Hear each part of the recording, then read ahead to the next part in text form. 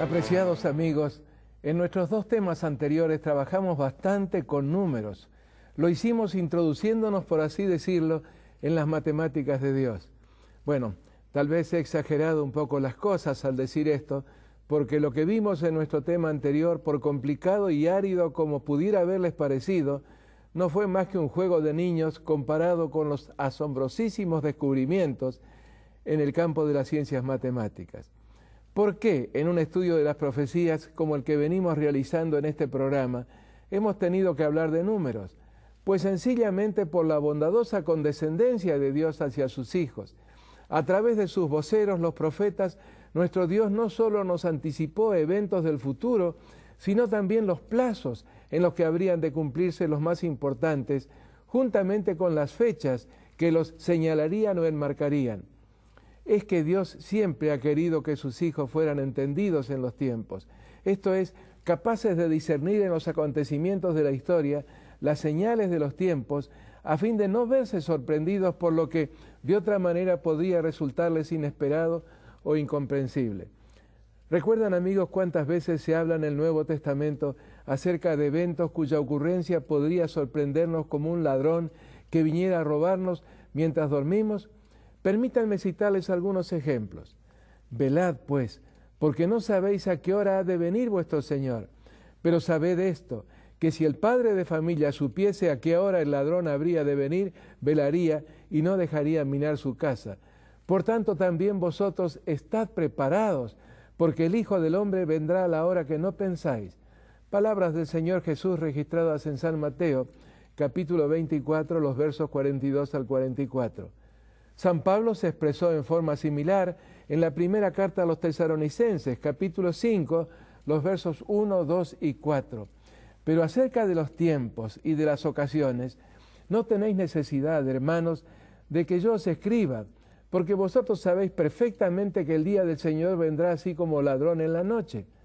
Mas vosotros, hermanos, no estáis en tinieblas para que aquel día os sorprenda como ladrón.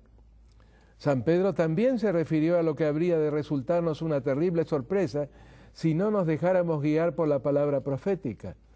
Pero el día del Señor vendrá como ladrón en la noche, en el cual los cielos pasarán con grande estruendo, y los elementos ardiendo serán deshechos, y la tierra y las obras que en ella hay serán quemadas. Segunda de Pedro, capítulo 3, versos 10. Y en el Apocalipsis, Cristo utiliza la misma metáfora. Pero si no velas, vendré sobre ti como ladrón y no sabrás a qué hora vendré sobre ti. Capítulo 3, verso 3. He aquí yo vengo como ladrón. Bienaventurado el que vela y guarda sus ropas, para que no ande desnudo y vean su vergüenza. Capítulo 16, verso 15. Sí, apreciados amigos, tanto nuestro Señor como sus discípulos dejaron numerosas advertencias acerca de la necesidad de conocer los tiempos y su significado, a fin de no vernos desagradablemente sorprendidos, y lo hicieron empleando la impactante ilustración de un ladrón en el sigiloso intento de saquear una casa. El pasaje de Apocalipsis 3 que leímos hace un momento habla de una hora que deberíamos conocer. Si no velas, vendré a ti como ladrón y no sabrás a qué hora vendré a ti. ¿Cuál podría ser el reloj que nos permitiera conocer qué hora de la historia se refiere? Las profecías bíblicas, a diferencia de un reloj que simplemente marca el paso de las horas, pero sin poder anticipar los acontecimientos, las profecías nos ayudan a identificar los eventos más significativos en el gran plan de Dios y sus fechas respectivas. De todo esto se sigue algo verdaderamente importante, que el Evangelio, las buenas nuevas de salvación, no consiste tan solo en declaraciones más o menos generales, encaminadas únicamente a despertar nuestras emociones. En el Evangelio hay también acontecimientos a cumplirse en el futuro, períodos, números, años y fechas que representan otros tantos jalones, hitos o postes indicadores en el devenir de la historia. Todos ellos, nos dice San Pedro, constituyen algo así como una antorcha que alumbra en lugar oscuro y lo seguirá haciendo hasta el momento cuando el lucero de la mañana anuncie el despuntar del día, del amanecer del sol de justicia, en palabras de Malaquías. Las emociones y los arrebatos sentimentales son, en el mejor de los casos, pasajeros. La palabra profética, en cambio, es más permanente, más segura. Fue con el trasfondo de la declaración del apóstol Pedro que nos referimos a algunos números y fechas, apenas unos pocos, pero lo suficientes como para orientarnos con toda certeza en la procesión de los siglos. ¿Recuerdan, amigos, algunos de esos periodos y fechas? ¿Verdad que no fueron tantos como para que pudiéramos sentirnos confundidos? Repasémoslos brevemente. En el capítulo 7 del libro de Daniel, Gabriel anticipó la duración del período de persecución del cuerno pequeño en contra del verdadero pueblo de Dios como tiempo, tiempos y la mitad de un tiempo, es decir, 3 años y medio, equivalentes a 42 meses o 1260 días. Pero pronto, en el lenguaje de las profecías, un día equivale a un año. Ese período de persecución habría de prolongarse por 1260 años. ¿Cuándo recibió el papado el poder oficial para perseguir a los disidentes? En el año 538. ¿Cuándo le fue quitado este poder? En el año 1798. Exactamente 1260 años. Asombrosa exactitud, ni un solo año de variación o error. Otro período profético, también mencionado por Gabriel, aparece registrado en el capítulo 9 y descrito como 70 semanas de años, o sea, 70 por 7, 490 años. ¿Cuál sería el significado de este período? Un tiempo especial, o si se prefiere, adicional, de prueba u oportunidad para el pueblo judío como nación escogida de Dios. Ese lapso debía ser empleado para advertir y preparar al mundo para la primera venida de nuestro Señor. ¿Cuándo comenzó este período de 70 semanas o 490 años? En el año 497 a.C., con la promulgación de un decreto medo-persa que permitió a los judíos tomar los pasos necesarios para la reconstrucción y reorganización de su nación, de su estado, luego del largo cautiverio babilónico. Este lapso concluyó exactamente 490 años más tarde, en el año 34 de nuestra era, con la ejecución por apedreamiento del primer mártir cristiano, Esteban. De paso, la teoría que sostiene que el reloj profético se detuvo al cumplir la semana número 69 y que aún resta una semana, o sea 7 años todavía en el futuro como oportunidad especial para el pueblo judío, no tiene fundamento alguno en la palabra de Dios. Las 70 semanas de años se iniciaron, transcurrieron y concluyeron sin interrupción alguna. Y aquí un pequeño consejo, amigos. Tengan mucho cuidado con cualquier interpretación que pretenda que Dios tiene dos pueblos, el cristiano y el judío. Él siempre tuvo uno solo.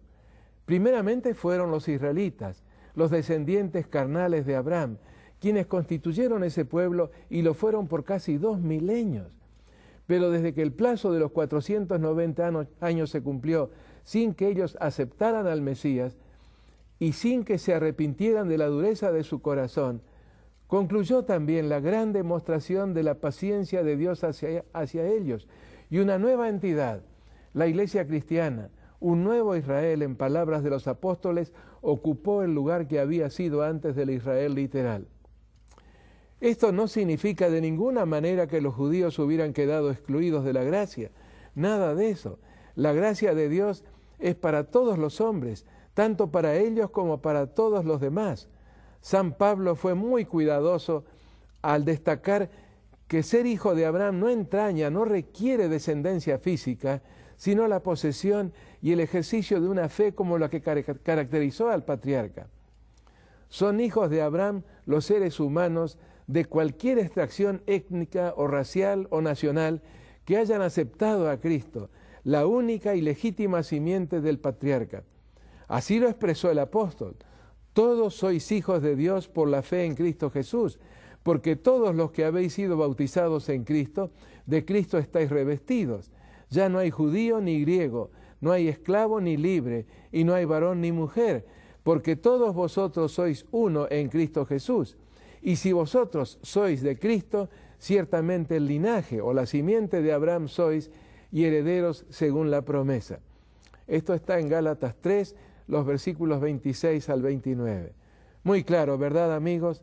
La descendencia física o biológica de Abraham no es garantía alguna de que una persona sea un verdadero descendiente de ese extraordinario padre de la fe. Es solamente mediante la aceptación de la simiente del patriarca Cristo Jesús como llegamos a ser su simiente, su linaje. Así que, amigos, no permitamos que se nos desoriente con alguna eclesiología errónea que pretenda que Dios tiene dos pueblos, dos iglesias. La verdad es que nunca los tuvo, del momento que no tiene dos planes distintos para la salvación de los hombres, sino tan solo uno, el mismo de siempre, como tanta claridad lo enseña el Nuevo Testamento. Hubo, sí, profecías en el Antiguo Testamento que anticipaban una restauración de los judíos, pero todas ellas eran condicionales. Al no cumplir ellos las condiciones, esas promesas nunca pudieron cumplirse en ellos, sino que fueron transferidas a la iglesia de Cristo, la familia de Dios, la verdadera simiente de Abraham. El otro punto importante en relación al período de los 490 años es que en forma simultánea se inició también un período mucho más largo, el período de los 2300 años, iniciados en el año 457 a.C. y que habrían de concluir 23 siglos más tarde, en 1844, específicamente en el mes de octubre de ese año. Acerca del evento que habría de marcar su finalización, la profecía es mucho más escueta que en relación a la conclusión de los primeros 490 años. De estos 490 años, las especificaciones proféticas son abundantes, referidas especialmente al Mesías en su primera venida a la tierra, hasta con indicación precisa del año en el que habría de iniciar su ministerio, el año 27 de nuestra era, y aún el de su muerte en la cruz, el año 31. Pero del período mayor, el de los 2300 años, solo se le reveló a Daniel lo que expresa el capítulo 8, verso 14. Hasta 2300 tardes y mañanas, luego el santuario será purificado.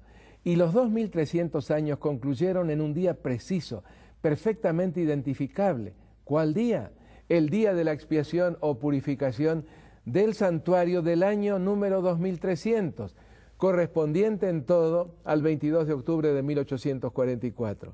Según los versos previos del capítulo 8, para ese tiempo sobre la tierra estaría actuando un poder presuntamente cristiano, pero que arrogándose prerrogativas, títulos y funciones que solo pertenecen a Cristo, lo despojaría de su ministerio, o por lo menos trataría de hacerlo. Este despojamiento se verificaría al nivel del conocimiento, de la comprensión de los seres humanos, y no en la realidad, claro está. Este gigantesco intento de despojamiento, descrito como la abominación desoladora, recién habría de ser contrarrestado y desenmascarado al término del período de los 2300 años, es decir, en forma especial a partir del año 1844. Es cierto que el poder responsable de este condenable intento de sustitución sufriría un eclipse temporario al cabo de los 1260 años ya vistos en 1798, pero la influencia de sus enseñanzas recién comenzaría a ser contrarrestada algunos años más tarde. ¿Cuándo? En 1844, y de allí en adelante hasta el regreso de Jesús a la tierra. ¿Cómo? En torno a esa fecha, en las páginas de la Biblia habrían de redescubrirse las grandes verdades del ministerio sacerdotal que Cristo cumple desde su ascensión en el santuario celestial. Este redescubrimiento, esta restauración de esta preciosa doctrina, la doctrina de la continuidad, ¿recuerdan? Es parte del cumplimiento de la declaración, luego el santuario será purificado. Y aquí un detalle que no podemos pasar por alto. El verbo hebreo traducido como será purificado es nistak, única vez en que aparece en todo el Antiguo Testamento. Este hecho de por sí nos sugiere que nisdak, cuya raíz es sadak, esto es justicia, conlleva en este pasaje algo así como un uso técnico exclusivo. La justificación del santuario incluiría una restauración, una verdad recuperada, una verdad restaurada. ¿Pero con qué propósito? ¿Y por qué precisamente en ese año 1844? Resulta evidente que la respuesta a esta pregunta no podría ser más interesante y vital. Para comprenderla, debemos recurrir a las páginas del Antiguo Testamento.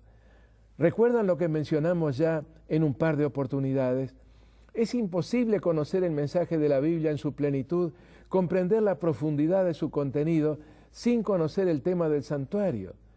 Como lo mencioné anteriormente, 3 de cada 4 páginas de la Biblia están relacionadas con la comprensión del tema del santuario.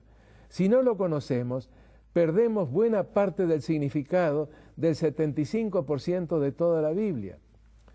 Muchos cristianos parten de la premisa, totalmente falsa por cierto, de que lo único válido al presente es el Nuevo Testamento, que el Antiguo caducó y es obsoleto, es decir, descartable. El Antiguo Testamento consistiría más bien en un documento comprobatorio del gran fracaso del primer plan de Dios para la salvación del hombre. Ese plan habría consistido en decirle al hombre qué hacer, cómo comportarse y dejarlo luego librado a sus propias fuerzas. Es decir, se pretende que en los tiempos del Antiguo Testamento Dios habría colocado al hombre frente a un imposible, el imposible de la salvación por las obras. Ese fracaso de Dios, siempre según este razonamiento erróneo, habría forzado al Señor a cambiar de plan, no más salvación por las obras, no más obediencia, sino solamente gracia y solamente fe. Por lo tanto, el Antiguo Testamento no habría que prestarle más atención. Mejor aún ni leerlo, ni predicar acerca de él, ya que hacerlo equivaldría a judaizar, a preconizar un neojudaísmo. ¡Qué equivocación más grande! Afortunadamente aumenta el número de teólogos y ministros que están volviendo a ver la Biblia como un libro completo, como un solo libro. John Bright es uno de ellos, y estas son sus palabras. El Antiguo y el Nuevo Testamentos están lado a lado, como los dos actos de un mismo y único drama. El acto primero apunta a su conclusión en el acto segundo, sin el cual la obra resultaría incompleta e insatisfactoria. Pero el acto segundo debe leerse a la luz del acto primero, ya que de lo contrario se pierde su significado, porque la obra es orgánicamente una sola. La Biblia es un libro. Si tuviéramos que darle un título, con toda corrección podríamos llamarle el libro del venidero reino de Dios. Este es indudablemente el tema central de toda ella. Hasta aquí la declaración de John Bright. Permítanme ilustrarlo. ¿Cómo fue salvado Abraham, el patriarca del Antiguo Testamento? ¿Por la fe o por las obras? Génesis 15:6 lo dice con toda sencillez. Y creyó a Jehová y le fue contado por justicia. Creyó, tuvo fe y fue justificado. San Pablo reiteradamente se refiere a Abraham como ejemplo de aquellos que alcanzan justicia por la fe. Lo hace tanto en la epístola a los romanos como en la que dirige a los gálatas.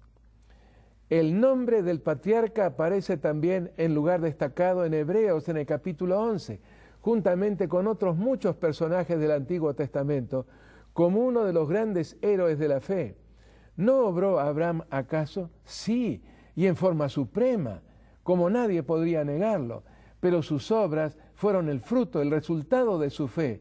Es en relación a este patriarca que el apóstol Santiago declara enfáticamente que una fe sin obras está muerta. La pretensión de fe sin obras es tan solo presunción. Cuando la fe no se manifiesta en obediencia, sencillamente no existe, como también lo enseñan otros pasajes del Nuevo Testamento. Volvamos otra vez al Antiguo y leamos ahora la profecía de Habacuc en el capítulo 2, el verso 4. He aquí que aquel cuya alma no es recta se enorgullece, mas el justo por su fe vivirá. Entonces, según el Antiguo Testamento, ¿cómo es justificado el hombre? Por la fe, solamente por la fe. ¿Cómo es santificado el hombre según el Antiguo Testamento? También única y exclusivamente por la fe. La fe es la respuesta, la aceptación del hombre del ofrecimiento de la gracia de Dios. El Dios del Antiguo Testamento y el del Nuevo es uno y el mismo Dios. El método o medio de salvación que Él ofrece es uno y el mismo. Jamás tuvo Dios un plan de salvación por las obras. Recuérdenlo siempre, amigos, no hay contradicción alguna entre los mensajes de ambos testamentos en cuanto a la salvación, sino que se complementan maravillosamente. Si nos quedáramos solamente con el Antiguo Testamento, tendríamos algo así como un edificio sin techo, tan solo paredes. Si por otra parte excluimos el Antiguo y nos quedáramos solamente con el Nuevo, solo tendríamos un techo sin paredes en que apoyarlo. Pero Dios nos ofrece una casa completa, con paredes y techo. Es más, con un fundamento insustituible, la roca, Cristo Jesús. No destruyamos pues las paredes, porque es sobre ellas que descansa el techo. En el Nuevo Testamento llega a su culminación toda la revelación de Dios. Es en el Nuevo Testamento donde más claramente se revela la gracia de Dios, la consoladora verdad de que Dios perdona y justifica al pecador. ¿En qué consiste realmente ese perdón, esa justificación por la fe? El Nuevo Testamento lo dice, lo afirma y lo expresa, pero es en el Antiguo Testamento donde se lo ilustra, ejemplifica y explica, y se lo hace mediante la gran ilustración del santuario y de lo que en él se hacía. En el Salmo 68, el verso 24, se lo destaca con indiscutible claridad. Vieron tus caminos, oh Dios, los caminos de mi Dios, de mi Rey en el santuario. Sí, es solamente en el santuario donde y cómo alcanzamos a discernir los caminos de Dios, la forma en que Él hace las cosas, obrando nuestra salvación. La primera enseñanza que surge del santuario es la verdad de que Dios anhela acercarse a los hombres. El hombre es quien escapa de Dios, pero el santuario nos demuestra que Dios toma la iniciativa para salvar la distancia, construyendo un puente sobre el abismo para acercarse al hombre. Eso fue lo que el Señor le dijo a Moisés al comenzar a darle las instrucciones relativas a la construcción del tabernáculo. Harán un santuario para mí y habitaré en medio de ellos. Sí, mis amigos, qué verdad tan preciosa. Dios desea acercarse al hombre, a ese hombre que con los dedos en sus oídos, para no escuchar la voz de su Creador, corre frenéticamente hacia un abismo de autodestrucción. Pero Dios no se da por vencido. Su puente hacia esta isla rebelde sideral en la que habitamos no ha sido destruido, y Él con infinita ternura nos invita a cruzarlo. La segunda enseñanza que se desprende del santuario es la de que sin sangre no puede haber perdón. ¿Por qué no? Porque como Dios se lo expresó a Moisés, la vida en la sangre está. En palabras de San Pablo, sin derramamiento de sangre no se logra, no se hace remisión. ¿Pero por qué? La Biblia nos enseña, y me estoy refiriendo a la epístola a los Romanos, que la paga del pecado, el castigo de la transgresión es la muerte. En otras palabras, la rebelión del hombre, el pecado del hombre, lo inhabilita para seguir viviendo, porque desde el mismo principio la vida estaba condicionada a la obediencia. Permítanme ilustrarlo. Si yo intentara desafiar la ley de la gravedad, caminando descuidadamente sobre la cornisa más elevada de un edificio de varios pisos, no podría evitar las consecuencias de un resbalón, la muerte. Exactamente lo mismo ocurre en mi relación con la ley moral, con el decálogo. La consecuencia de su violación es la muerte del ofensor. Estas consideraciones nos llevan a la siguiente lección procedente del santuario.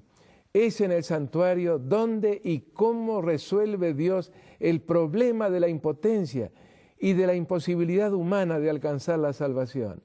En el santuario se realizaba e ilustraba una misteriosa transacción, en virtud de la cual el culpable era declarado inocente y el inocente culpable, y todo esto sin que pudiera imputarse injusticia en Dios.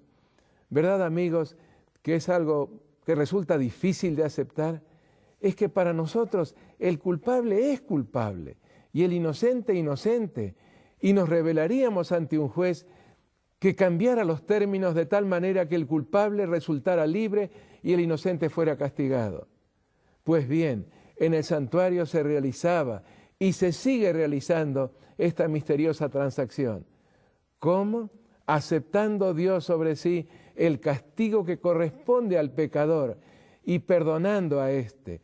Es por eso que si confesamos nuestros pecados, Él es fiel y justo para perdonar nuestros pecados y limpiarnos de toda maldad. 1 Juan 1:9. ¡Qué maravilla de amor divino!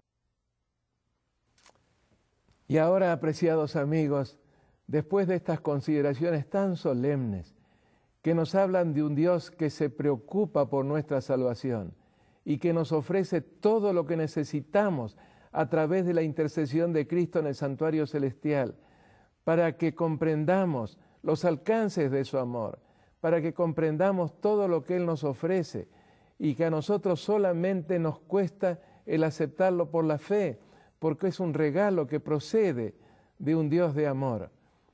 ¿Les parece bien que concluyamos nuestro estudio mediante una plegaria que elevaremos a Dios agradeciéndole por todo lo que Él hace por nosotros al ofrecernos nuestra salvación? Oremos, queridos amigos. Nuestro Padre que moras en los cielos, al estudiar juntos el gran tema del santuario, hemos comenzado a percibir un poco mejor las extraordinarias dimensiones de tu amor y también el enorme costo que debiste pagar juntamente con tu Hijo para hacer posible nuestra salvación. Gracias, nuestro Padre Celestial. Muchas gracias por tu amor y por todo lo que haces por nosotros en Jesús. Sí, en el nombre precioso de Jesús. Amén. Apreciados amigos, estamos considerando temas de gran profundidad y de gran solemnidad. Quiero invitarlos para que nos acompañen, que no se pierdan ninguno de los temas en la secuencia en que los estamos presentando. Y alcanzaremos a comprender mejor no solamente el contenido de las profecías, me refiero a comprenderlo intelectualmente o teóricamente, sino a aceptarlo, a integrarlo a nuestra vida y vivir así una vida que en todo se corresponda con la misericordia de un Dios que anhela nuestra salvación. Yo anhelo de corazón que las bendiciones del Señor les alcancen en todo aspecto de la vida, que puedan ser felices en medio de un mundo que parece deshacerse en pedazos y que entregando la vida al Señor podamos todos juntos estar listos para cuando Jesús regrese en las nubes de los cielos. Amén.